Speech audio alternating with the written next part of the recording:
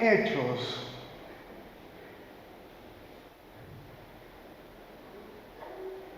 Es un texto muy popular, quizá el más conocido. Todos los que estuvimos en clase dominical lo habremos escuchado más de alguna vez. Hechos capítulo 1, versículo 8. Pero antes yo quiero que mire al que tiene la par, por favor, y hágale esta pregunta. ¿Tenés ya al Espíritu Santo de Dios? ¿Tienes ya el Espíritu Santo de Dios?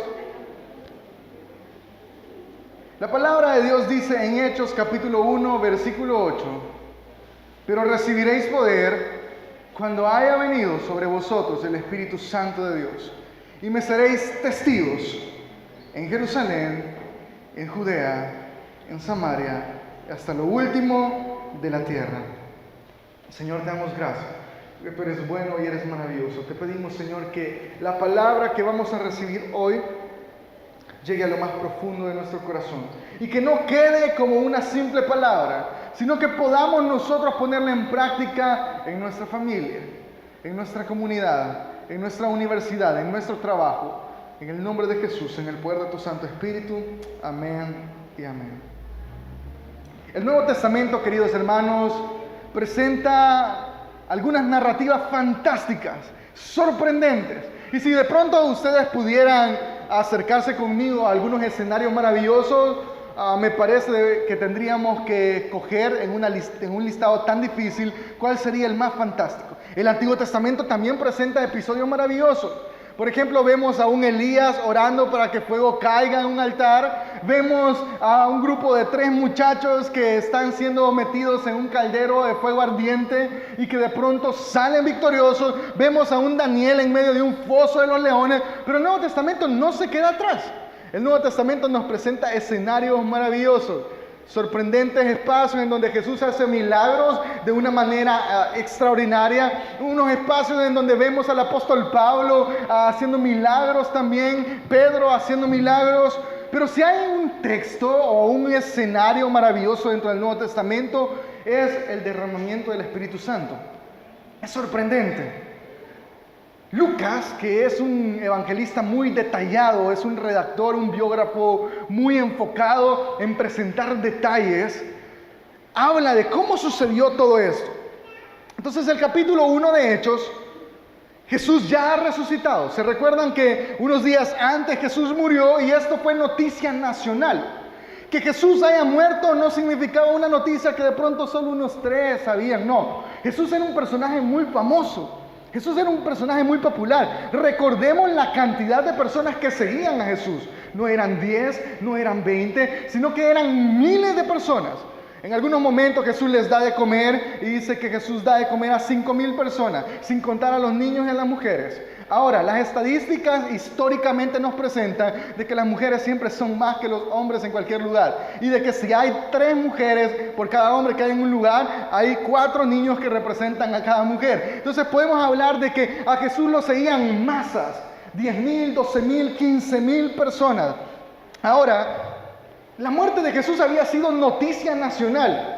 De seguro, si habían periódicos o lo que de pronto pudieran ser el equivalente a periódicos en aquel momento, estoy seguro que Jesús apareció en primera plana. Murió el rey de los judíos, o como él así se hacía llamar. Pero ahora el escenario es diferente. Jesús ya no está muerto.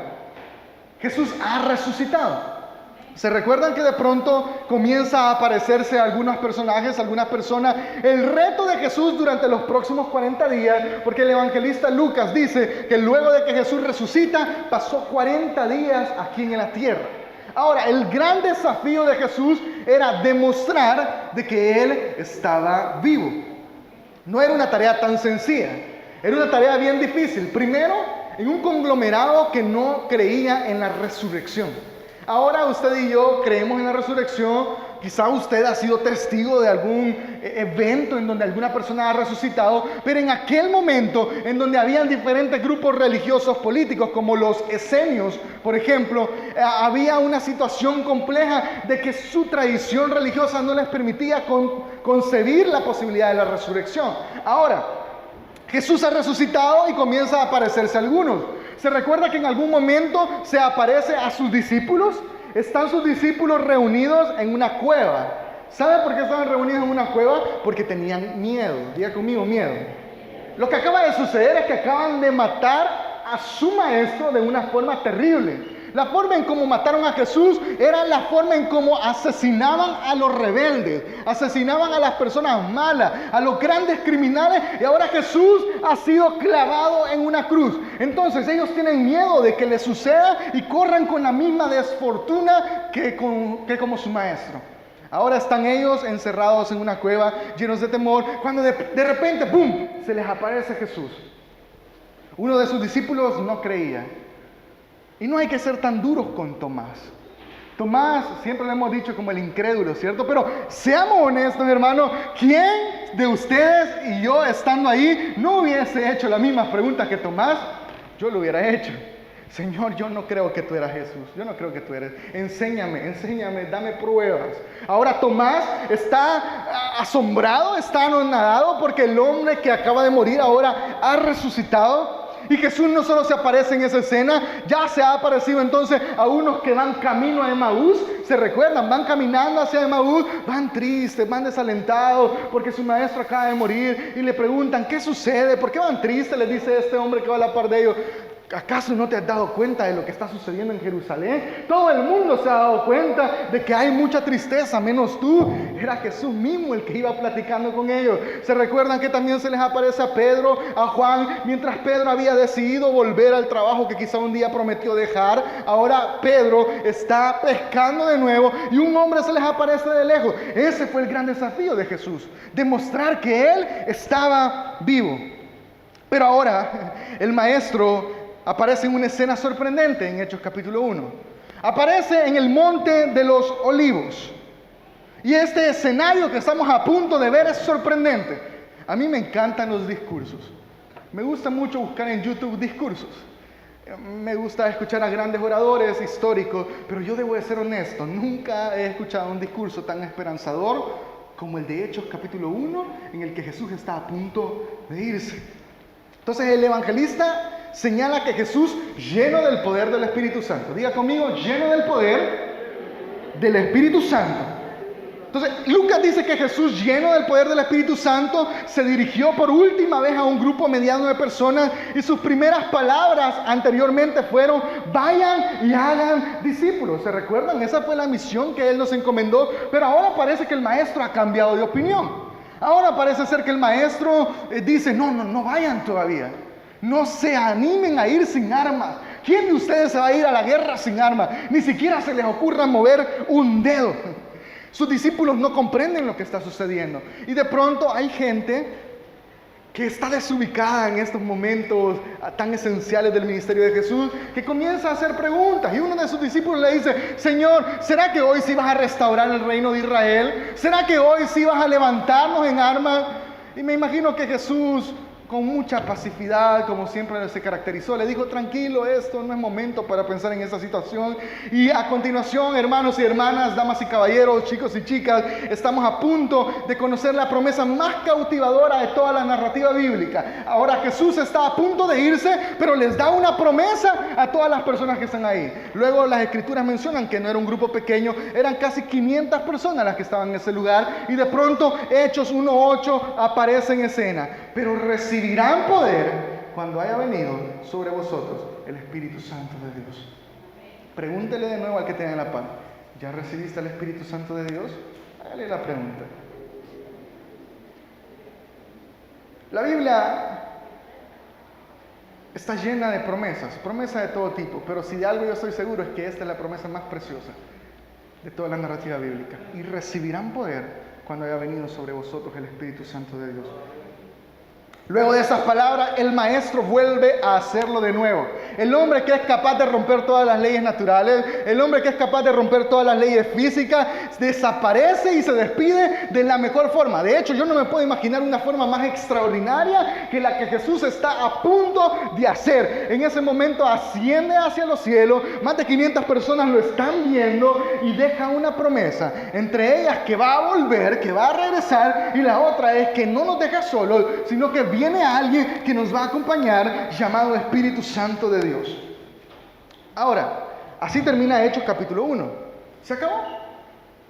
Los discípulos despiden a su maestro, me imagino que con tanta tristeza, pero al mismo tiempo con tanta esperanza.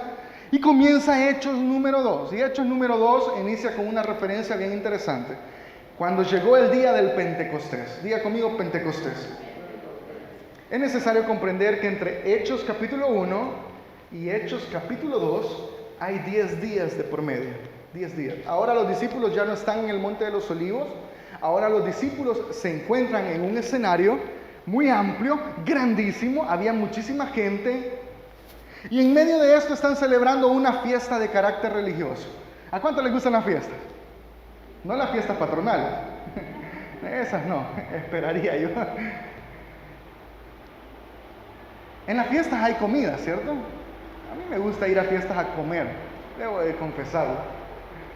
Hay música, hay luces, hay buen ambiente, y esta fiesta era una fiesta sorprendente. Los judíos se reunían una vez al año y celebraban esta fiesta con mucha pompa, llevaban la mejor música, llevaban escenarios bonitos, llevaban instrumentos preciosos, llevaban mucha comida, pero hacía falta algo, hacía falta el Espíritu Santo de Dios.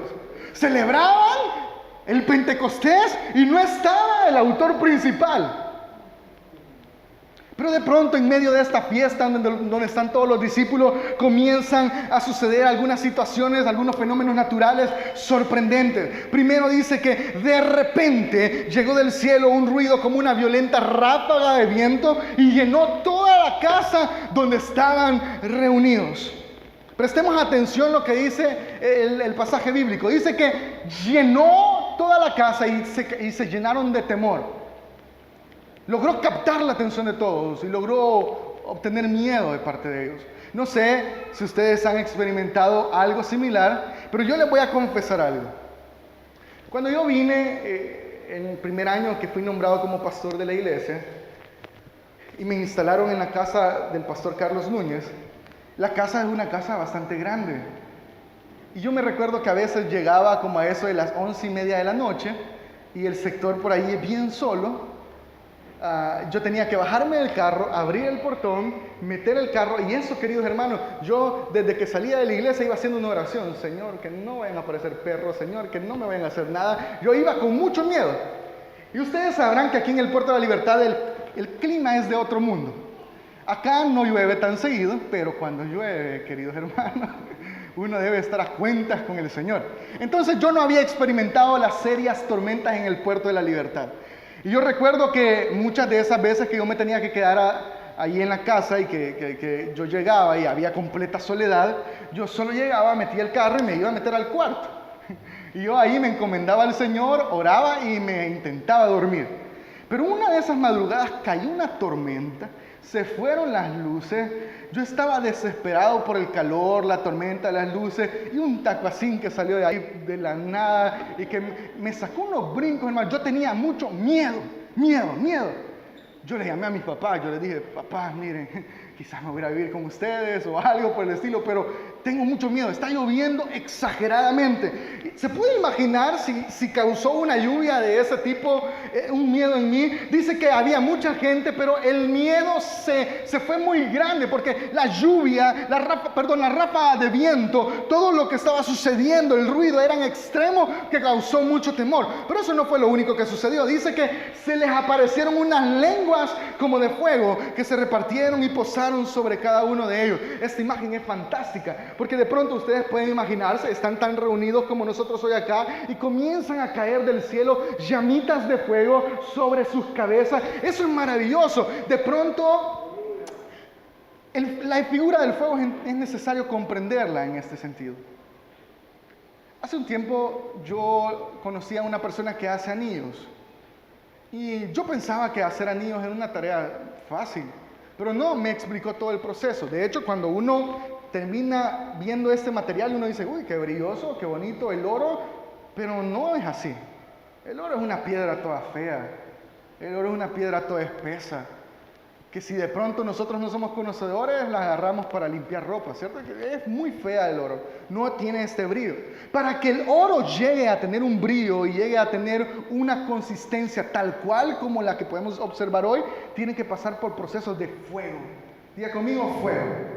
Entonces el fuego purifica. Miren qué interesante lo que está sucediendo a continuación. Caen llamitas de fuego sobre las personas que están ahí, porque el fuego significa purificación. No podemos experimentar la gloria del Espíritu Santo sin purificación. Amén. Pero miren lo que continúa. Dice que todos fueron llenos del Espíritu Santo y comenzaron a hablar en otras lenguas. Y en ese preciso momento, la promesa que Jesús había hecho, y recibirán poder cuando haya venido sobre vosotros el Espíritu Santo de Dios, comienza a hacer efecto. Dice que todos, diga conmigo todos los que estaban ahí fueron llenos del Espíritu Santo y comenzaron a hablar en otras lenguas, idiomas extraños. Yo no sé si ustedes han tenido esa oportunidad de ser llenos del Espíritu Santo y comenzar a hablar lenguas extrañas. Recuerdo en una ocasión que estábamos en un campamento nacional. De hecho, quizás algunos de ustedes estaban ahí. Y había una hermana, no sé qué habrá sucedido a ella, pero una hermana que cantaba en la banda, se llamaba Sara. Y cuando Sara comienza a cantar una alabanza muy bonita, comienza a cantarla en italiano. Y yo me recuerdo que rápidamente volteo a ver a Ingrid Díaz y a Luis, que ellos eran los que estaban dirigiendo en ese momento, y les digo, ¿desde cuándo habla italiano esta Sara? No puede hablar italiano. No puede hablar. Era la presencia del Espíritu Santo de Dios que le estaba permitiendo hablar en otras lenguas. Creo que eso yo ya le he contado a manera de testimonio. Yo tengo una amiga que fue amiga de seminario. Ella es mexicana. Espero un día que ella pueda estar con nosotros acá. Su nombre es Rocío González. Rocío un día fue a hacer una práctica a Brasil y ella estaba muy preocupada porque aunque el portugués es muy similar en algunas cosas al español, también tiene ciertas diferencias bien profundas. Entonces ella estaba muy angustiada porque no podía hablar portugués. Y ella cuenta que a medio de su jornada de seminario, que duraba un mes, la invitaron a predicar a una iglesia muy grande en Brasil, en Sao Paulo. Y sucede que mientras ella estaba por predicar, le llaman al pastor y le dicen que el traductor no iba a poder llegar. Y no había absolutamente ni una sola persona en toda aquella iglesia que hablara español. Entonces dice que ella comenzó a llorar porque decía, Señor, ¿y entonces para qué estoy acá? Vine, nadie me va a entender. Comenzó a llorar cuando fue bautizada por el Espíritu Santo. Y toda su predicación la hizo en portugués. Hay videos de eso. Todo lo que restó del otro medio mes que estuvo allá haciendo prácticas, Rocío hablaba portugués como una nativa brasileña. Nada más fue a abordar el avión de regreso a casa a Guatemala, porque ahí estudiábamos, cuando ella ya no podía hablar portugués. Eso se llama Espíritu Santo de Dios. Eso era lo que estaba sucediendo en ese momento. Dice que todos empezaron a hablar lenguas extrañas. Personas con educación muy básica, personas con educación promedio, ahora estaban hablando idiomas que solo eran manejados por gente rica, por gente millonaria, por gente con grado de intelectualidad y académico muy alto. Ahora ellos son parte. Atención por favor, que el protagonista de esta historia acaba de aparecer en escena. El protagonista de esta historia no es Pedro, el protagonista de esta historia no es Juan, el protagonista de esta historia no es ni el mismo Jesús, el protagonista de esta historia es el Espíritu Santo de Dios. Y acaba de aparecer en escena. Jesús lo había advertido, ni se les ocurra, ni siquiera vayan hasta que reciban el Espíritu Santo de Dios. Ahora ellos están listos. Ahora ellos han recibido el poder del Espíritu Santo de Dios y están listos para el cumplimiento de la gran comisión. Pregúntenle a que tienen la par otra vez. ¿Ya recibiste el Espíritu Santo de Dios? Ahora, yo no sé si de pronto esa pregunta les puede sonar como un cliché, pero a mí me parece preocupante. Nadie, queridos hermanos, que no haya recibido al Espíritu Santo de Dios, estará listo para el cumplimiento de la gran comisión. Nadie. Necesitamos que el Espíritu Santo de Dios inunde nuestra vida. Ahora, Pedro, ¿se recuerdan de Pedro, el hermano Pedro? El hermano Pedro, antes de que Jesús se fuera, el hermano Pedro estaba con ansiedad y depresión. El hermano Pedro tenía crisis de depresión y de tristeza profunda, porque había traicionado a su amigo. Ahora el hermano Pedro estaba desmotivado, no quería volver a hacer la misión. El hermano Pedro estaba desmotivado porque no quería comenzar a trabajar. Entonces el hermano Pedro de pronto dice, no, de algo tengo que comer, aquel que me prometió que iba a cambiar mis sueños está muertecito. Entonces yo mejor prefiero ir a trabajar. Y el hermano Pedro se lleva a Juan, se lleva a otro y se va, y el hermano Pedro regresa a trabajar al lugar que quizá prometió nunca volver. Pero ahora el hermano Pedro, en el poder del Espíritu Santo, predicando, luego de haber recibido la promesa del Espíritu Santo, predicando en su primer sermón, se convierte en 3,000 personas. El hermano Pedro ya no está deprimido. El hermano Pedro ya no está, ya no está con poco entusiasmo. El hermano Pedro ya no está triste. El hermano Pedro está predicando, y cuando el hermano Pedro predica, 3,000 personas se convierten. Dice la Biblia que en el poder del Espíritu Santo solo era necesario que la sombra de Pedro pasara y los enfermos se sanaban. Mire qué sorprendente eso. Yo eso no lo encuentro en ninguna película.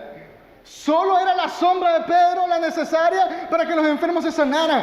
Dice la palabra del Señor que el Espíritu Santo de Dios llena tanto a Pedro que de pronto Pedro se encuentra con un paralítico. El paralítico quería pisto, no quería ser sano, debo de ser honesto con esto. El paralítico le decía, ¿me pueden dar unas monedas? Y Pedro dice, yo no tengo dinero, yo no tengo plata, yo no tengo oro, pero algo más poderoso que la plata y el oro tengo, que es el Espíritu Santo de Dios. Ponte de pie. Y ese enfermo fue sano. El Espíritu Santo de Dios permitió que el apóstol Pedro, un hombre con tantas inseguridades, ahora estuviera dispuesto a morir como su maestro, morir en una cruz.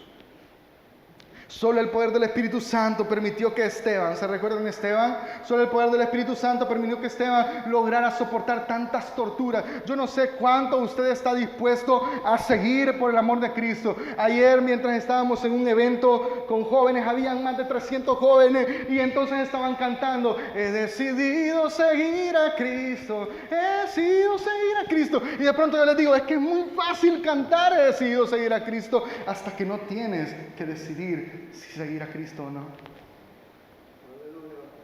Esteban tuvo que decidir a Cristo, y mientras era apedreado, dice la palabra del Señor, que vio a Jesús sentado a la diestra del Padre. Eso solo lo hace el poder del Espíritu Santo, queridos hermanos. Solo el poder del Espíritu Santo le permitió a Mateo, ¿se recuerdan de Mateo? Mateo, un discípulo del Señor. Mateo, al que muchos no querían, porque Mateo era recaudador de impuestos. Mateo era ultraderecha. Mateo era capitalista, eso que le gustaba aprovecharse del dinero del pueblo. A Mateo le encantaba eso y a los discípulos no le gustaba. ¿Por qué elegiste a Mateo, Señor? Mira si Mateo no roba, mira si Mateo hace esto. Pero Mateo, el recaudador de impuestos al que el Señor le dio una oportunidad, ahora está yendo hacia las regiones de Etiopía y es asesinado mientras predica la palabra del Señor. Eso solo lo hace el poder del Espíritu Santo. Solo el poder del Espíritu Santo llevó a que Lucas, ¿se recuerdan que Lucas es el escritor de toda esta historia? Lucas, el médico amado, prefiriera ser ahorcado estando en Grecia, en las regiones antiguas de Grecia, mientras predicaba la palabra del Señor. Ahora, ¿se recuerdan dónde estaban los discípulos antes del Espíritu Santo? Estaban con miedo, estaban en una cueva, pero luego de recibir el poder del Espíritu Santo, los discípulos fueron otros. Solo el mismo poder del Espíritu Santo fortaleció a Santiago. Santiago, primo de Jesús. ¿Se recuerdan qué sucedió con Santiago? Dice que de pronto fue llevado hacia la pinácula del templo de Jerusalén, a unos 30 metros de altura, y lo tiraron desde el pináculo del templo de Jerusalén. Cuando de pronto la gente malvada vio que Santiago había sobrevivido, comenzaron a pegarle patadas y a apedrearlo hasta matarlo. Solo el poder del Espíritu Santo, solo el poder del Espíritu Santo permitió que Tomás superara sus temores. ¿Se recuerdan de Tomás, el incrédulo? ¿Se recuerdan de Tomás, el que le dice, Señor, yo no te creo? Bueno, ahora Tomás ha creído. Tomás tiene convicciones tan serias. Solo el poder del Espíritu Santo permite que Tomás sea apuñalado con una lanza mientras está haciendo misiones en la India. Solo el poder del Espíritu Santo pudo cambiar la vida de Pablo. ¿Se recuerdan a Pablo? El perseguidor más conocido de la iglesia, el asesino más remoto de toda la iglesia cristiana, pero que luego de tener un encuentro poderoso con Jesús, Pablo no vuelve a ser igual. Pablo fue torturado, Pablo fue lapidado, Pablo fue golpeado, Pablo fue torturado de una forma terrible y Pablo fue decapitado por la causa del amor del Evangelio. Solo el poder del Espíritu Santo. Solo el poder del Espíritu Santo permitió a la iglesia primitiva sufrir torturas tan grandes como las de aquel tiempo. Sucedía que iban a las casas y si los veían haciendo cultos, agarraban a los niños, a los bebés, a los ancianos, a los adultos, se los llevaban al gran coliseo romano, que era un tipo de circo donde la gente pagaba por ir a ver cómo bestias, que a las que no les habían dado de comer desde hace 6 meses, devoraban cada uno de aquellos que tiraban ahí al medio del coliseo romano. Y eso les daba alegría a los romanos, eso les daba auge, felicitaban al emperador por todo lo que estaba sucediendo. Pero no sé si usted lo ha pensado, solo el poder del Espíritu Santo podía darles tanta fortaleza a esta iglesia. Yo no sé si usted está comprendiendo conmigo lo que yo quiero decir en esta tarde, pero nadie que haya experimentado un verdadero encuentro con el Espíritu Santo está dispuesto a seguir siendo igual. Todos marcan un cambio, todos marcan una diferencia. Aquellos valientes que experimentan la gloria de Dios están dispuestos a ser testigos. Diga conmigo, testigo. El texto dice, y me seréis testigos en Jerusalén, en Judea, en Samaria, hasta lo último de la tierra. La palabra testigo viene de un vocablo griego que se pronuncia martiré. Y martiré es donde nosotros tomamos para la palabra mártir. Tiene la misma connotación. ¿Usted sabe quién es un mártir? Mártir es una persona que está dispuesta a morir por la causa de algo. Ahora, yo no sé si el texto le ha cambiado por completo en su mente, pero de pronto el texto no dice, y me seréis testigos para ir a la iglesia todos los domingos, y me seréis testigos para inscribirte en tal programa, y me seréis testigos para participar de tal ministerio, que eso está bien, pero el texto no nos dice nada de eso, y me seréis testigos. O sea, estarán dispuestos a dar su vida si fuese necesario por la causa de Cristo. Amigos y amigas, hermanos y hermanas, el Pentecostés entonces no es una fiesta solo. El Pentecostés no es solo comida, el Pentecostés no es solo bebida, el Pentecostés no es solo luces, el Pentecostés no es solo escenario, el Pentecostés no es venir a saltar, el Pentecostés no es ni siquiera hablar en lenguas, queridos hermanos. El Pentecostés es estar comprometido con el cumplimiento de la gran comisión. De nada nos sirve saltar en la iglesia y también saltar allá en las marchas LGTBI allá afuera. De nada nos sirve saltar aquí en la iglesia o de pronto estar muy entusiasmados y allá afuera perder todas nuestras convicciones por una cerveza que nos ofrecen. De nada nos sirve venir aquí a la iglesia a hablar en lenguas si allá afuera no puedes sujetar la que tienes. El Pentecostés es el compromiso con la gran comisión. Es querer trabajar, tener ese ánimo de servir al Señor, cueste lo que cueste. Por esa razón, yo rápidamente quiero aprovechar este escenario para compartir con ustedes 3 realidades acerca del Pentecostés. Número 1, la primera realidad es que el Espíritu Santo es para todos. Para todos. Yo no conozco a algunos de los que están acá, pero lo que yo sí traigo para esta tarde es una buena noticia. Es que no importa quién eres, no importa si tienes dinero o no, no importa si tienes casas, propiedades, terrenos, no importa si tienes carro, no importa si tienes educación, no importa si tienes talento o no, yo te traigo una buena noticia. El Espíritu Santo es para todos. Puedes experimentar la gloria del Espíritu Santo en tu vida siempre que cuando tú lo permitas. Más tarde el apóstol Pedro lo confirma. Para todos es la promesa, para nosotros, para nuestros hijos, para los no aceptados, para todos aquellos a quien Dios mismo ha llamado. Yo soy la 4ª generación de miembros de Iglesia de Dios en mi familia. Todo inició con mi bisabuelo, luego mi abuelo, mi papá y yo. Uno de mis grandes anhelos es que mis hijos sean pentecostales.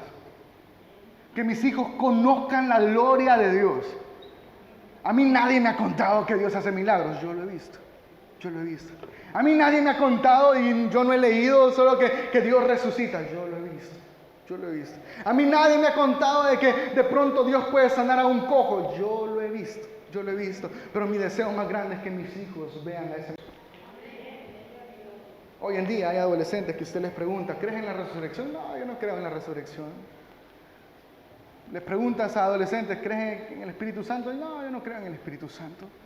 Mi gran deseo es que la promesa no solo sea para mí, sino que sean para mis hijos. Que la promesa no solo sea para mis hijos, sino que sean para todos los que estamos acá. Independientemente de quién sea, que sea lo que hayas hecho, que el Espíritu Santo pueda llegar a tu vida. Así sucedió con la iglesia de Dios.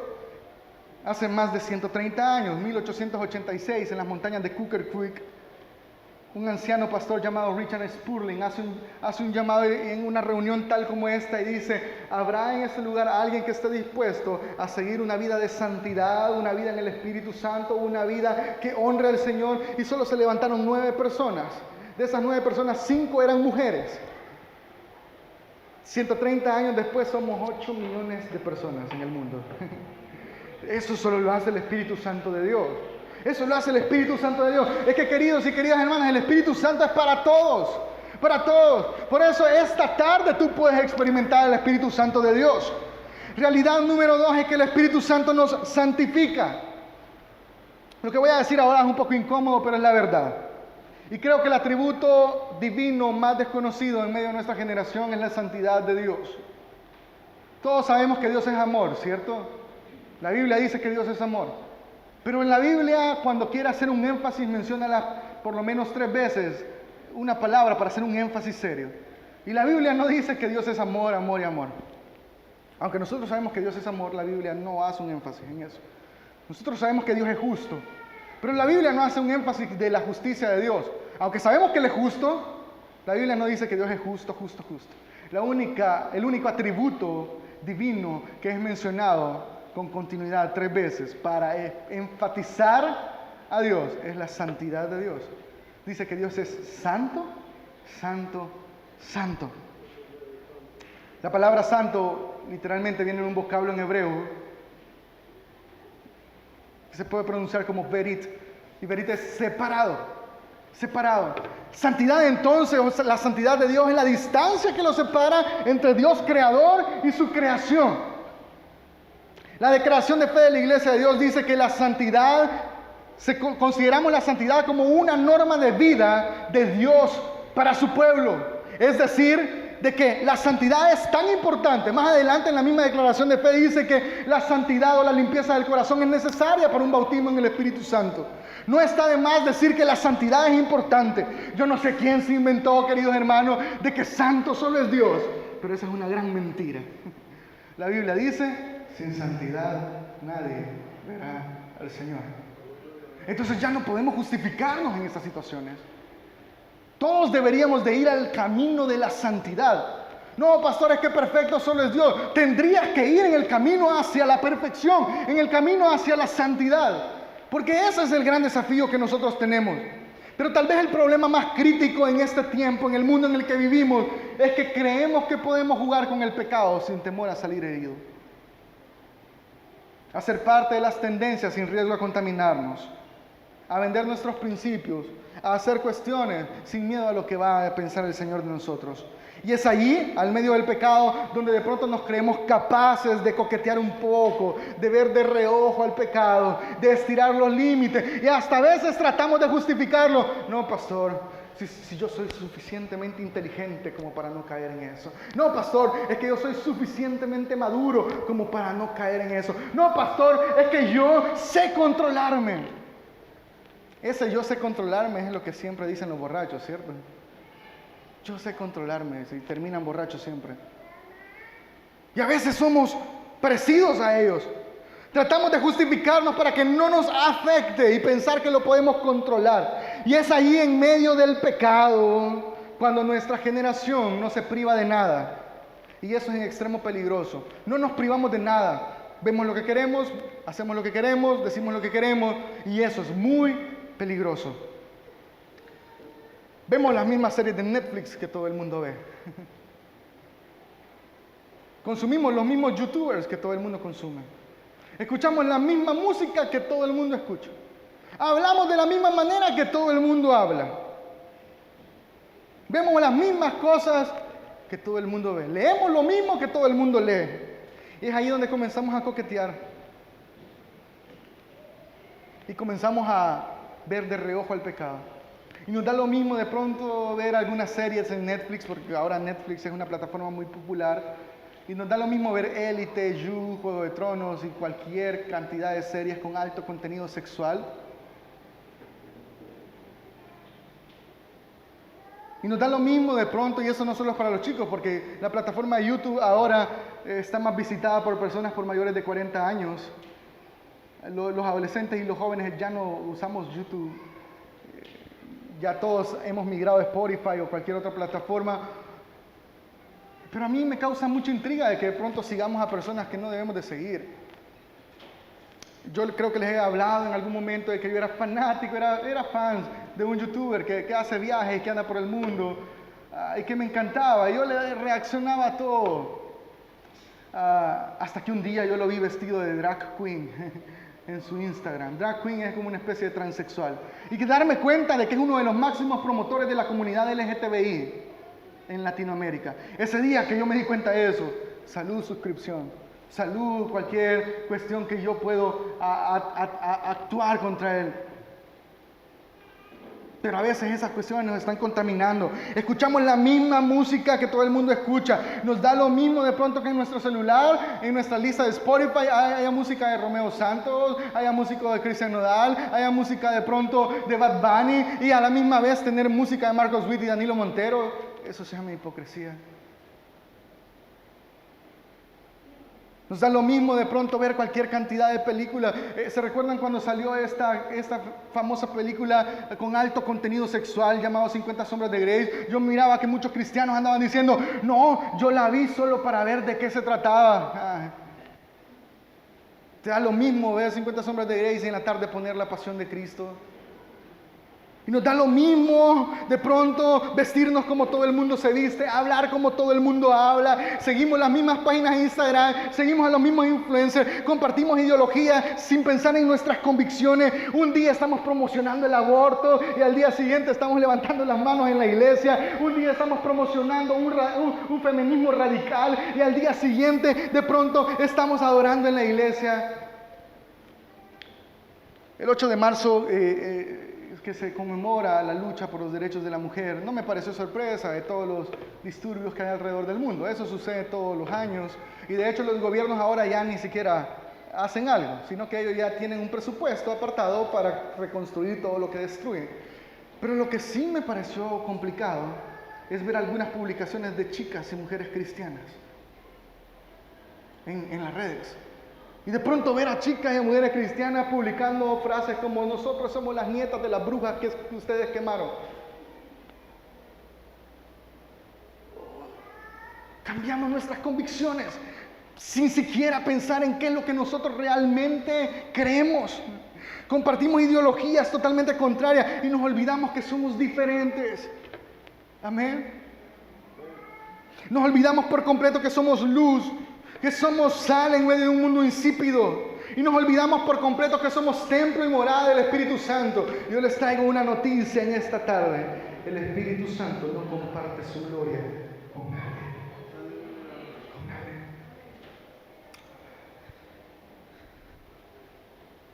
Nos olvidamos que hemos sido llamados a ser diferentes en un mundo tan relativista y tan inmoral. ¿Saben por qué los adolescentes no están creyendo en Dios? Y ellos ya no creen en una religión como tal, sino en una espiritualidad. Los adolescentes allá andan que quieren hacer yoga, que quieren de pronto meditar y todo. Ya no quieren de pronto creer en una religión o estar sustentados en una convicción. ¿Saben por qué? Por malos modelos que han tenido. ¿Se recuerdan la vez? Bueno, yo les he contado varias veces. Hace un tiempo, en la iglesia que mi papá pastorea, yo era el pastor de jóvenes y se me acerca una hermana y me dice, pastor, mire, hable con este bicho, fíjese que este bicho era el hijo, hable con este bicho, fíjese que este bicho ahí anda de mundano, solo música del diablo, esa de metal, esa música del diablo anda escuchando. Entonces yo llamé, el muchacho se llama Josué, yo le digo, Josué, mira, tu mamá dice que vos solo música del diablo andas escuchando, ¿qué sucede con vos, hermano? No, hombre, mira, viejo, me dice, ¿Ya te contó por qué ando yo escuchando eso? No, Leo, vaya, te voy a decir algo, ¿me? Te creyera, pero andar a revisar el celular a ella, solo Romeo Santos, Nos olvidamos de que somos diferentes. No, pastor, es que una no es ninguna. Tenga cuidado. El que anda entre la miel, algo se le pega, dicen por ahí. No, pastor, es que yo puedo salir con todo mi grupo de amigos y pueden pedir cervezas y yo me voy a controlar. Pastor, tenga cuidado. Yo un día, ya siendo pastor, salía con mis grupos de amigos de bachillerato y yo descubrí que esa era una situación complicada. Yo dije, no, o ya no salgo con ellos o les pido que ya no tomen eso enfrente de mí. Yo se los pedí y ellos aceptaron, porque yo sabía que el diablo es chuco, el diablo es estratégico, en cualquier momento te puede hacer caer. Queridos y queridas amigas, no debemos de olvidarnos de que somos diferentes. Que somos diferentes. El día que nos olvidemos que somos diferentes, lo habremos perdido todo. Yo anhelo que mi generación sea una generación que viva a Dios. Yo anhelo que mi generación sea una generación que honre a Dios. Yo he tenido conversaciones con Dios acerca de mis hijos que ni siquiera los tengo todavía, pero yo le digo, Señor, yo no voy a forzarlos a que sean pastores, aunque me encantaría. Lo que yo quiero es que te honren a ti. Yo quiero que mis hijos sepan defender la fe del Evangelio. Yo quiero que mis hijos nadie los vaya a engatusar cuando lleguen a la universidad y reciban filosofía 1 y dejen de creer en Dios. Yo quiero que mis hijos sean grandes apologetas del Evangelio de Cristo. Y eso se lo va a empezar si nosotros nos comprometemos. Número 3, y con eso termino, el Espíritu Santo nos empodera para la gran comisión. Lo que sucedió con los apóstoles luego de recibir al Espíritu Santo fue sorprendente. Las historias fueron sorprendentes, hermano. Dicen las narrativas extrabíblicas, esto usted no lo va a encontrar en el Nuevo Testamento, pero Flavio Josefo, por ejemplo, que es un gran historiador del tiempo de Jesús, menciona algo maravilloso. Dice que cuando iban y agarraban a las personas que estaban en la iglesia primitiva haciendo cultos, los llevaban presos y la gente iba cantando alabanzas a Dios camino al Coliseo romano, donde los iban a devorar. Eso se llama convicción. Eso se llama convicción. El Espíritu Santo de Dios comenzó a manifestarse y luego los registros de los avivamientos a lo largo de la historia son sorprendentes, Tenemos el avivamiento de la Iglesia de Dios en 1886. Tenemos un libro que se llama Como Ejército Poderoso. Si usted quiere leerlo, escríbame, yo tengo el PDF y se lo puedo mandar, léalo. Ahí hay unos acontecimientos maravillosos. Dice que de pronto las personas recibían al Espíritu Santo de Dios y llegaban a sus casas y no podían parar de hablar en lenguas. Y dice que llegaban a sus casas, trataban de dormir y no podían parar de hablar en lengua hasta que se iban al templo y eran más llenos de la presencia del Espíritu Santo. Dice que de pronto comenzaban a hacer culto y la gente llegaba a tratar de quemar el lugar donde podía y los fuegos no les encendían, queridos hermanos. Eso es maravilloso, eso se llama Espíritu Santo de Dios.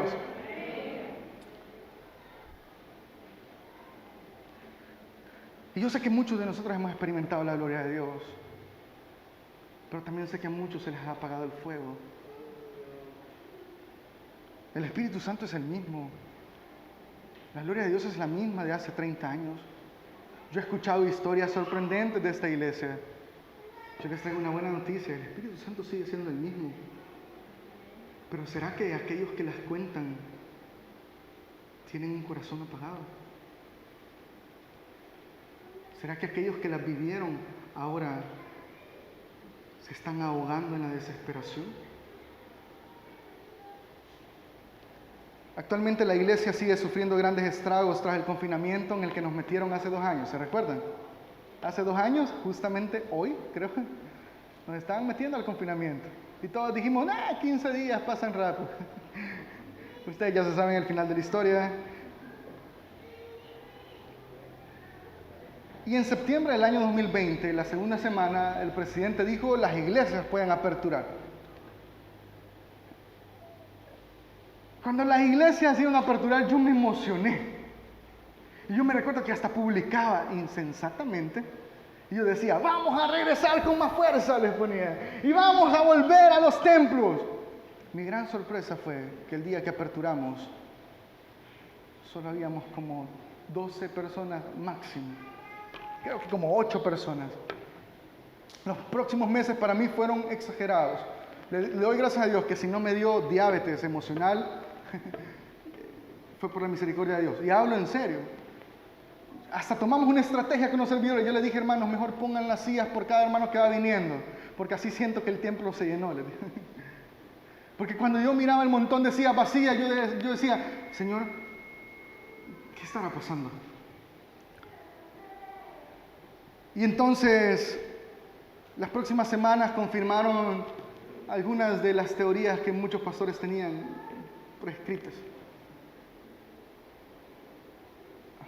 Mucha de la gente prefirió no regresar a casa. Líderes con los que muchos pastores contábamos y que decíamos, no, yo meto mis manos al fuego por eso, decidieron no volver más. Hermanos que eran muy frecuentes en la iglesia, que iban 2, 3 veces a la semana, solo comenzaron a llegar los domingos. Otros más decidieron dejar sus liderazgos. A mí me causaba mucha tristeza de pronto cuando yo estaba en mi oficina y la tocaban, otro más que viene a renunciar. Y me entraba una desesperación terrible. Sin lugar a duda, la pandemia solo reveló lo que siempre ha existido en el corazón del ser humano. ¿Compromiso o descompromiso? Hay quienes luego del confinamiento vinieron con mucha fuerza y que estaban desesperados, pero hay quienes hubieran preferido que las iglesias no se abrieran jamás. A 2 años de este punto de quiebre social y económico, muchas iglesias y pastores y liderazgos siguen experimentando el dolor del retorno descomprometido de sus miembros. Sin embargo, Dios está levantando una generación de valientes distintos. Una generación que no ve las excusas. Una generación entendidos en los tiempos. Una generación que está altamente comprometida con el cumplimiento de la misión. Y debo contar este testimonio. El mes de diciembre del año, todo el año 2021 fue difícil para mí como pastor. Yo varias veces le dije al Señor, yo creo que me equivoqué de profesión, Señor. El año 2020 para mí nada más tenía 1 año y medio de ser pastor y ahí descubrí el valor de mi llamado y quién lo sostiene. Ahí me di cuenta de verdad que ser pastor es una vocación con mucho llamado. Yo había visto a mi papá que 45 años de ser pastor y yo decía, 45 años, ya voy a llegar ahí, pero en el año 2020 yo dije, qué desastroso, 1 año y medio de ministerio pastoral y ahí quedó mi historia. ¿Ves? Pero intentamos muchas cosas en la iglesia y no nos salía nada. Me daba mucha tristeza, nuestras reuniones de jóvenes eran tan tristes.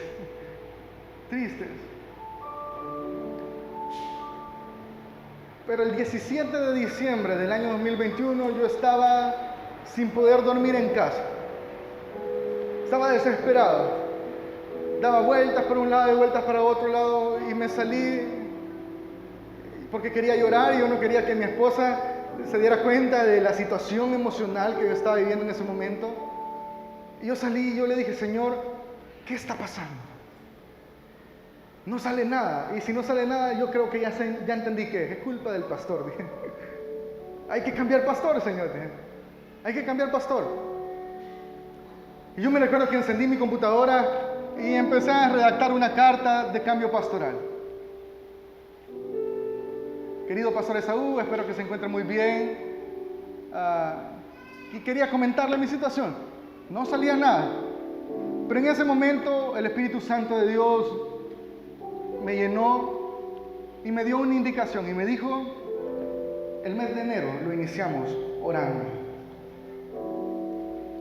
Y así fue. Empezamos el mes de enero, 1 de enero, ustedes saben que lo iniciamos orando, 2 de enero, 3 de enero, era el 15 de enero y yo, Señor, yo ya te obedecí, ¿qué va a pasar? ¿Qué más va a pasar? Era el 20 de enero, Señor, te obedecí, pero yo no veo que nada pase. Y ustedes, yo esto lo he contado en 2 iglesias, el día de ayer, el día de ahora, y ustedes están de testigos. Yo no puedo comprender qué fue lo que sucedió a partir del 1 de febrero.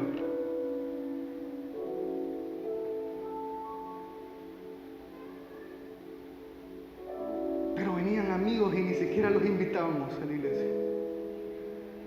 Un día miércoles vinieron más amigos que miembros de la congregación. Y entonces comprendí varias cosas. Conectados 2022 el día viernes, tuvimos 11 amigos. Y yo le pregunto a alguien, ¿ustedes los invitaron? No, yo pensé que usted los había invitado, pastor. No, yo no los invité. El día de ahora, por diferentes razones, no lo pudimos hacer, pero el domingo próximo presentaremos 14 nuevos miembros de nuestra congregación. El Ministerio de Iglesia Infantil me está presentando datos maravillosos. Todos los domingos a las 9:30 de la mañana están atendiendo grupos de 20 a 30 niños. El ciclo de la cosecha. ¿Quieren que les confiese algo? No me llena de orgullo, pero sí me llena de satisfacción porque todos hemos participado en esto.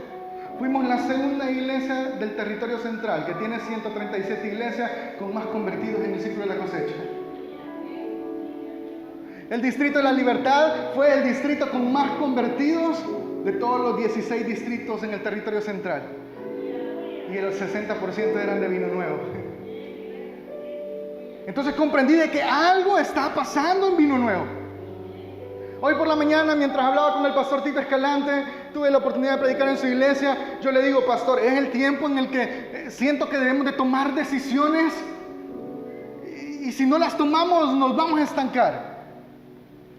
Entonces ha nacido una profunda intención en mi corazón de que ya este lugar nos está quedando chiquito. Si no nos movemos aquí nos vamos a morir, hermano.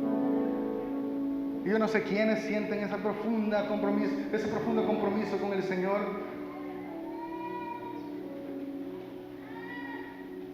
Pero yo hace un tiempo, hace unos días, yo le dije al Señor, si no hay gente que quiera trabajar, manda nuevos. Yo no sé, pero el Señor está mandando gente nueva a esta iglesia. Hoy faltan muchos, pero ustedes pueden darse cuenta que hay gente nueva en esta iglesia. No es un momento de catarsis, no es un momento en el que yo quiero expresarles todo lo que sé, sino que yo estoy seguro que lo que el Espíritu Santo de Dios está haciendo en esta iglesia apenas está iniciando. Y esta tarde Dios va a llamar a una generación diferente. Una generación con hambre del Espíritu Santo, que va a buscar incansablemente el Espíritu Santo. Una generación que no buscará más excusas. Hemos estado orando. Debo de confesar dos cosas más. En esos días, un joven de Vino Nuevo, a quien yo siempre he observado con dotes de ministerio, me dice, Josué, yo no sé, pero estos últimos meses he tenido encuentros poderosos con el Señor, que he decidido entregar mi vida completa al ministerio. Un pastor, otro pastor. Esta iglesia ha sacado varios pastores. El día sábado invitaron a predicar a nuestra hermana Jenny, a Conectados en Chiltiupán, 5 convertidos. El avivamiento de Vino Nuevo está llenando todo el distrito. Pero yo no quiero que solo participemos algunos. Yo quiero que nos involucremos todos. Siempre el deseo de mi corazón desde el día que vine a esta iglesia es que la iglesia de Dios en el puerto de la libertad se convierta en la fuerza que un día tuvo. Yo he encontrado registros de esta iglesia, hermano. Un día encontré quemados un montón de cuadernos por ahí de hace como 20 años. Y esta iglesia era grande, era fuerte y era espiritual. Pero como tenemos al mismo Espíritu de Dios, como tenemos al mismo Dios sorprendente, Dios está llamando a una generación de valientes. Y yo estoy seguro que muchos de esos valientes están hoy acá.